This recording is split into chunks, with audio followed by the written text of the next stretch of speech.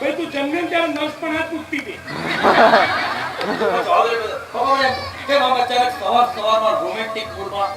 આજે છે ને અમારા લગ્નની મેરેજ એનિવર્સરી છે. પપ્પા લગ્ન ને મેરેજ બંને એકલા. Congratulations mummy. ઠીક હા બેટા. પપ્પા આ બાય ધ વે તમારા સુખી લગ્ન જીવનને કેટલા વર્ષ થયા? અમારા લગ્ન જીવનને જો ને બેટા 25 વર્ષ થયા, પણ સુખી લગ્ન જીવનનું ખબર નથી. પણ પપ્પા એ જમાનામાં પણ તમે ગજબની હિંમત કરેલી નહીં? અરે હિંમત ને એની હિંમત તો તારી માએ કરી હતી. હે? હા હું એને નતો બગાડી ગયો, એ મને બગાડી ગઈ હતી. જવાન દીકરાની હાજરીમાં કંઈ પણ ભાડે રાખો છો. અરે પ્યાર કિયા તો ડરના ક્યાં હે? બેટા એમની વાત છોડ, તું મને એમ કે તું તારી મમ્મીના પગલે પગલે ચાલીને ક્યારે ઇતિહાસ રચે છે? પગલે ચાલીને ઇતિહાસ કઈ સમજાયું નહીં. તારી મા ઉપર જ ગયો. એટલે એટલે એમ કે તું આપણા ઘરમાં સરસ મજાની સુંદર સુશીલ ગૃહલક્ષ્મીને ક્યારે લાવે?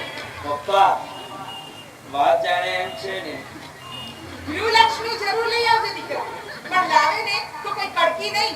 અરે માલદાર પાર્ટી ની આવજે એટલે તને ને અમને બધાયને નીરા. છોડે બધી વાત, એની વાતો છોડ ને. તું મને એમ કે તારે કોઈ છોકરી કરવા જાય?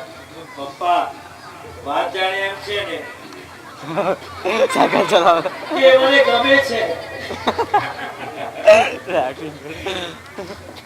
તને કોણ ગમે છે? તારી મા આ સિરિયસ મેટર છે. પપ્પા હું સરિતાની વાત કરું છું. સરિતા મને બહુ ગમે છે. સાગરની સરિતા હે? વાહ મારા વીર માંગડા વાળા. તો પછી હવે એમ કહો કે આ સરિતાનું ઉદ્ભવ સ્થાન ક્યાં? એ પપ્પા આ સરિતાનું ઉદ્ગમ સ્થાન એટલે ઉદ્ગમ સ્થાન એટલે સમજી જા. નહીં સમજાય બેટા, નહીં સમજાય. તારા પાપા જોડે મારી આખી જિંદગી ગઈ, હજી સુધી મને જ કઈ સમજાયું નથી. હવે આગળ જાઓ તો જઈને સમજાવ. હવે નીચે નથી પડવાનું કે આમાં નથી આવતું. યુટર્ન લેતો તો તારો ઘેરાવ વધારે છે. જો બેટા, તારા પપ્પાનો કહેવાનો ભાવાર્થ એમ છે કે સરિતા કોણ છે, ક્યારે છે, એના મા બાપ શું કરે છે ને મૂળ વાત, કેટલી રૂપિયા વાળી છે. મમ્મી